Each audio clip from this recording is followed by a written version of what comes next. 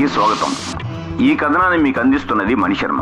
YS Jagan ప్రభుత్వ హయాంలో తీవ్ర వివాదాస్పదమైన అంశం రుషికొండ. సముద్ర తీరాన ఉన్న బీచ్ రోడ్ లో రుషికొండకు నున్నగా గుండు కొట్టినట్టు కొట్టి వాటిపైన పర్యాటక రిసార్ట్ల ముసుగులో జగన్ ప్యాలెస్ నిర్మించుకున్నారనే విమర్శలు వెల్లువెత్తాయి. ఇందుకు ప్రభుత్వం దాదాపు 550 కోట్ల రూపాయలు ఖర్చు చేసిందనే ఆరోపణలు ఉన్నాయి. ఎన్నికల ఫలితాల్లో జగన్ కు అనుకూలంగా ఫలితాలు వచ్చి వైసీపీ ప్రభుత్వం మళ్లీ ఏర్పడి ఉంటే ఈ పాటికి రుషికొండపై ఉన్న భవనాల్లో జగన్ కొలువు తీరేవారు. జాతీయ హత్య ట్రిబ్యునల్, అటవీ శాఖల అనుమతులు కూడా తీసుకోకుండా రుషికొండను తొలిచి ఈ భవనాలు నిర్మిస్తున్నారని హైకోర్టులో పిటిషన్లు కూడా దాఖలయ్యాయి. కూటమి ప్రభుత్వం అధికారంలోకి వచ్చాకే రుషికొండ ప్యాలెస్ ఏ రేంజ్ లో ఉందో ప్రపంచానికి వెల్లడైంది. అంతర్జాతీయ స్థాయి ఇంటీరియర్ తో దీన్ని నిర్మించారని స్పష్టమైంది.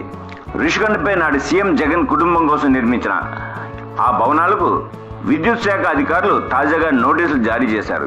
ఏపీ పర్యాటక అభివృద్ధి సంస్థ నిర్మించిన ఈ భవంతులకు వాడిన విద్యుత్తుకు సంబంధించి 60 లక్షల బకాయిలు చెల్లించాలని విద్యుత్ శాఖ ఈ నోటీసులు పంపించింది. కాగా రుషికొండ భవంతులకు 2 హెచ్టీ విద్యుత్ కనెక్షన్లు తీసుకున్నారు.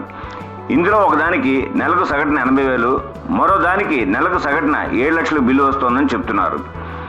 ఈ భవనాల్లో ఎవరు ఉండకపోయినా విద్యుత్ దీపాలతో మెరుపులు మెరిపించారు. దీంతో ఈ రోజుకు 2000 యూనిట్ల విద్యుత్ కాలిందని చెప్తున్నారు. ఈ క్రమంలో గత ఏడాది నవంబర్ నుంచి ఈ ఏడాది మే వరకు 2 సర్వీసులు కలిపి 54.52 లక్షల బిల్లు బకాయిలు ఉన్నట్లు తూర్పు ప్రాంత విద్యుత్ పంపిణీ సంస్థ అధికారులు వెల్లడించారు. ఇప్పటికే ఈ భవంతులకు నోటీసు జారీ చేసి 15 రోజుల్లోగా చెల్లించాలని ఆదేశాలు ఇచ్చారు. 54.52 లక్షల రూపాయల బిల్లుకు జూన్ నెల బిల్లు మరో 6 లక్షలు కలిపితే మొత్తం 60 లక్షల రూపాయలు చెల్లించాలని కోరారు. తవ్వే కొద్దీ రుషికొండ భూముల్లో అవినీతి అక్రమాలు బయటపడుతున్నాయని కూటమి నేతలు అంటున్నారు. దీనిపై పూర్తి స్థాయిలో విచారణ జరిపితే మరెన్నో గుట్టుమట్లు వెలుగు చూస్తాయని చెప్తున్నారు.